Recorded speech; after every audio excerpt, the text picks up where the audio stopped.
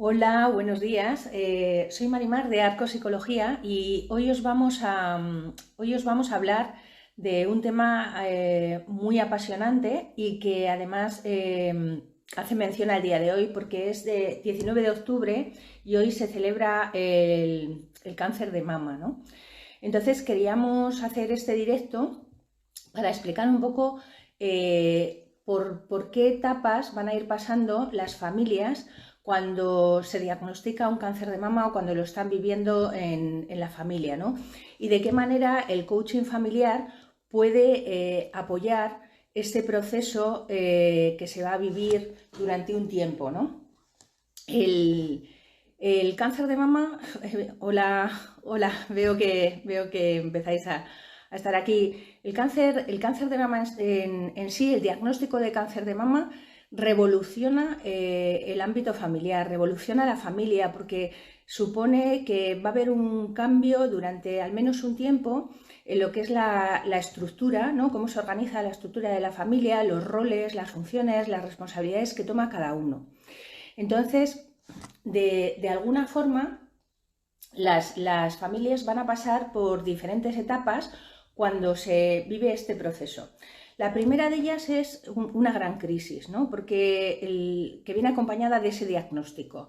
Ahí la familia se desorganiza durante un tiempo, porque cada uno de ellos lo va a vivir o lo va a entender de una forma diferente. Hay personas, por ejemplo, que cuando se recibe este diagnóstico, pues quieren evitar, ¿no? el estar o negarlo, ¿no? Esto que está sucediendo. Sin embargo, otros, por ejemplo, necesitan un tiempo para poder digerirlo y de alguna forma se aíslan, ¿no? O sea, del resto de la familia para poder procesarlo a nivel individual.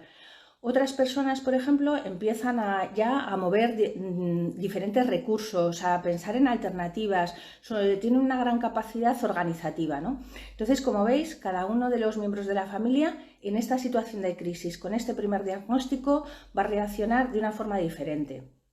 Y esto es normal, o sea, cada uno necesita su proceso y además esto pasa, esta primera crisis va a pasar y la familia va a pasar a una segunda etapa en la que se van a recuperar, o sea, no es volvemos a la normalidad, pero se recuperan de ese primer caos, ¿no? de esa primera desorganización.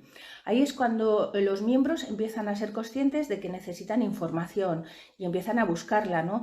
¿Qué es esto? ¿Qué supone la enfermedad? ¿Qué tratamientos hay? ¿Cómo nos va a afectar en nuestra vida diaria? ¿Qué cambios tenemos que hacer? ¿Cómo nos podemos ir adaptando a toda esta situación que se está produciendo en este momento?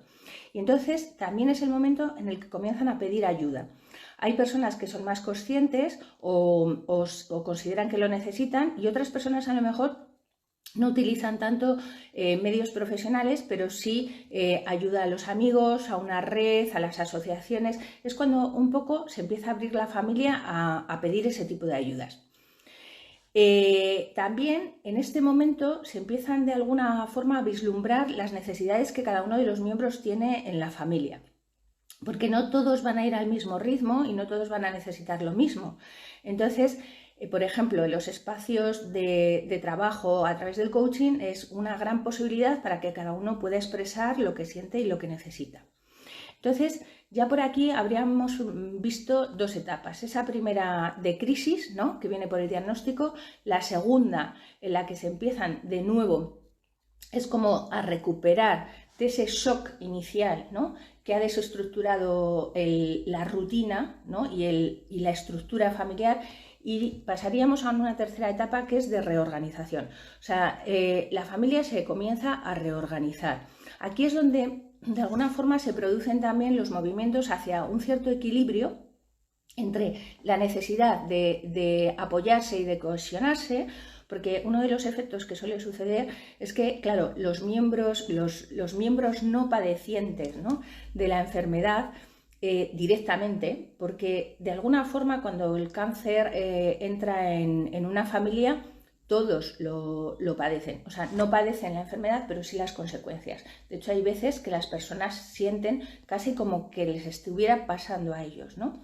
Entonces, en ese momento que os decía, lo que empieza a suceder es que se van a ver como ciertas dos tendencias, ¿no? Una a la cohesión, o sea, quieren seguir manteniendo esa cohesión, esa unión, ese apoyo familiar, pero por otra parte, los miembros también necesitan tener sus propios espacios y seguir con su vida, ¿no? Y es que aquí el cáncer muchas veces lo que provoca, no solo el cáncer, sino cualquier tipo de enfermedad que sea crónica o que sea compleja, va a suceder básicamente lo mismo, y es que hay cambios que se van a producir porque, claro, la enfermedad produce cambios a nivel familiar, pero también paraliza algunos cambios.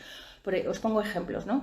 Imaginaros uno de los miembros de la pareja que quiere cambiarse de trabajo, pero a raíz del diagnóstico paraliza ese cambio de trabajo. O, por ejemplo, un hijo se va a ir a vivir fuera, entonces deja de vivir fuera, se mantiene en el hogar porque considera que es donde tiene que estar en ese momento. Entonces, como veis, con el cáncer se producen algunos cambios, pero también hay cambios que se iban a producir que se están paralizando en ese momento. Por eso que os comentaba de que en esta fase es cuando se busca ese equilibrio, el equilibrio entre el salir, ¿no? el seguir haciendo tu vida independiente, como hasta antes de los diagnósticos o antes de la enfermedad, y el sentir que estás ahí y que estás apoyando, ¿no? Que estás perteneciendo, que te estás cohesionando con tu familia.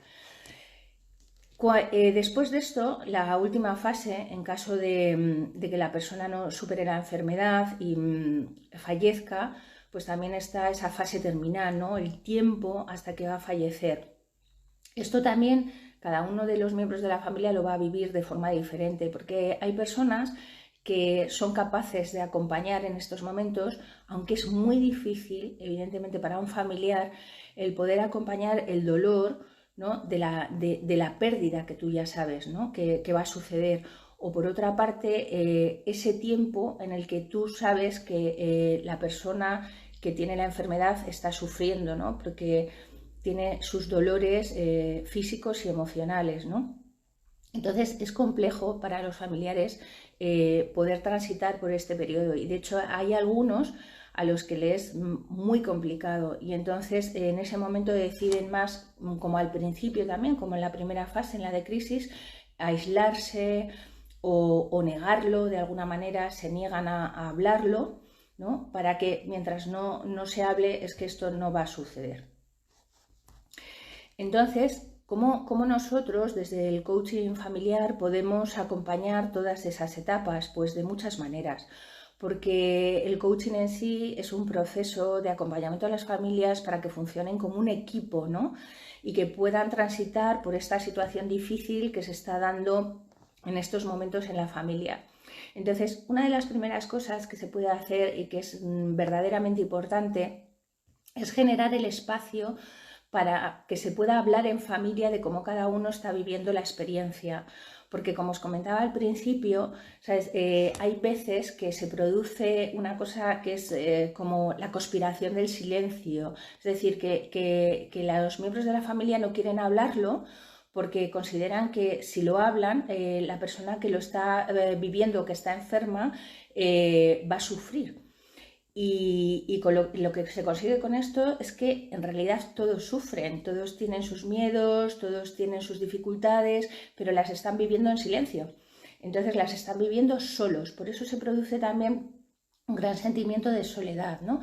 Y es importante en los espacios de acompañamiento el poder generar esa comunicación, ¿no? Ese compartir cómo tú vives la experiencia, y desde ahí que se pueda construir una experiencia compartida, ¿no? Entonces, por eso os digo que es sumamente interesante hacer este trabajo de la experiencia compartida, ¿no?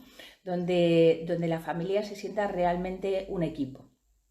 También el coaching puede ayudar, o la terapia, por ejemplo, ¿no? Pueden ayudar a que la familia hable de cómo quiere gestionar la enfermedad, cómo quiere gestionar el proceso, ¿no? ¿Cuáles serían para ellos los resultados óptimos? ¿Hacia dónde se quieren dirigir? ¿Cómo se quieren dirigir? ¿Qué puede aportar cada uno, ¿no? Para realmente construir un proyecto conjunto de superar la enfermedad juntos, ¿no?